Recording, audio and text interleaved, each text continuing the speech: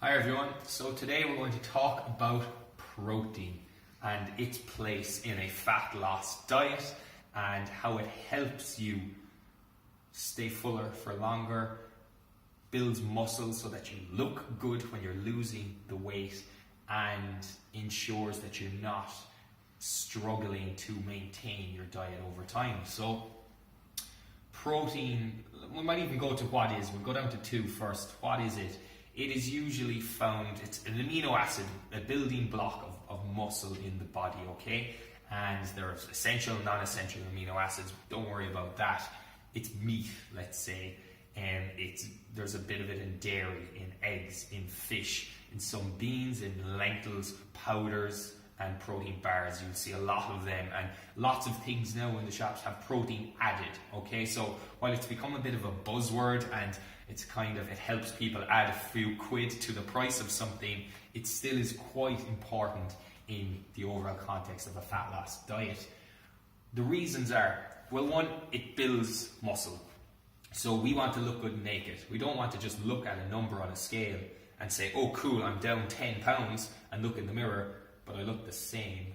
That's not great. I want to look in the mirror and go, I'm toned, shaped, sculpted, what have you, fitting into clothes better. So when we say toned, we mean lower body fat and more muscle mass. So we want to support training, weightlifting, resistance training with protein in order to recover the muscles that we're breaking down to build them up and that we look fab.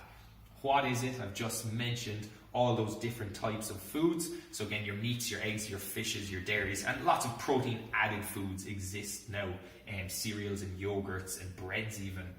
So how much should I be eating? Recommendations for kind of real serious strength trainers are about 1 gram of protein per pound of body weight, 2 grams per kilo, but I wouldn't worry too much about that. On MyFitnessPal, you'll be asked to kind of put in a number for your protein. You can put it in as that number and just leave it there. What I would say to people is try and consume 20 to 40 grams per meal. So if you're a 50 kilo female, down around the 20s. If you're a 95 kilo male, up around the 40s. And chances are you're eating 3 to 4 times a day, so you're getting that 30 grams of protein in per meal. Protein is the most filling of the 3 macronutrients: carbohydrates, fats, protein. So the more protein you eat, the fuller you'll feel, so that you won't be reaching for the biscuits or the chocolate and blowing your calories. It also is the hardest macronutrient to digest, so by eating it, by consuming it and using it, your body is burning some extra calories to get that done, okay? And protein usually comes in low calorie form. The chickens, the turkeys, the fishes, okay? Obviously some of the fattier steaks, not so much, but usually protein comes in low calorie form, so that makes it a good choice to answer the calorie question. The best sources: red meats have some of the best protein profiles, dairies as well, whey protein powder. And whey protein powder supplementation is not scary, it's not steroids, it's not drugs.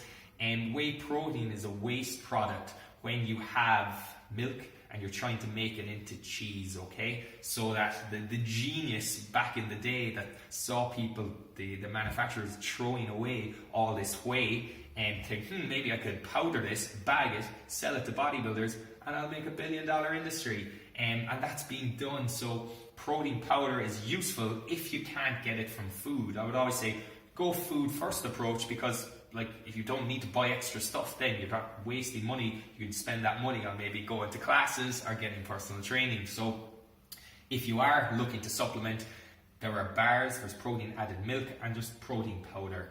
And one of the easiest kind of starts on protein is getting a protein yogurt, because people like to eat yogurts. Get a protein yogurt, added protein, cool. You haven't changed things, or your life hasn't been thrown out of whack by adding in a protein yogurt, and maybe including a second serving of meat. If you're vegan, vegetarian, you just have to be a little bit more creative and finding different vegetables, different lentils, different legumes, or adding in some supplementation to help you hit that 20, 30, 40 grams per day. But protein it's not magic. It doesn't magically build muscle, but it's quite useful to help you stick to a calorie deficit, to help you build the body that you want, rather than just hope that the weight goes down and things just happen from that. Alright?